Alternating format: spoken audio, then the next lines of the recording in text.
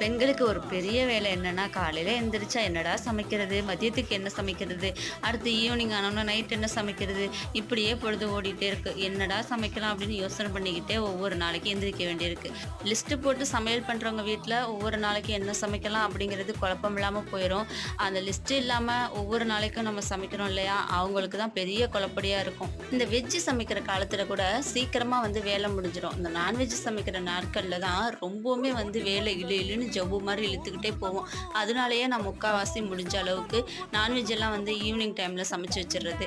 பசங்களுக்கு எதுவும் பிரியாணி இந்த மாதிரி கேட்டாங்கன்னா அது ஞாயிற்றுக்கிழமைகளில் லீவு நாளில் செஞ்சு கொடுத்துட்றது. எனக்கும் சில நேரங்களில் தோணும் பசங்களுக்கு ஸ்கூலுக்கு பிரியாணி செஞ்சு கொடுத்துடணும் அப்படின்னு ஆசையாக இருக்கும். ஆனால் ஃப்ரீசர்லேருந்து கறி எடுத்து வச்சு அந்த ஐஸ் கட்டி உருகி அது எப்போ நம்ம பிரியாணி செஞ்சு கொடுக்குறது அதுக்குள்ளே ஸ்கூலுக்கு போகிற வேனே போயிடும். அதனால இந்த முடிஞ்ச அளவுக்கு இந்த மாதிரியான விஷயங்களை நான் அவாய்ட் பண்ணிக்கிறது.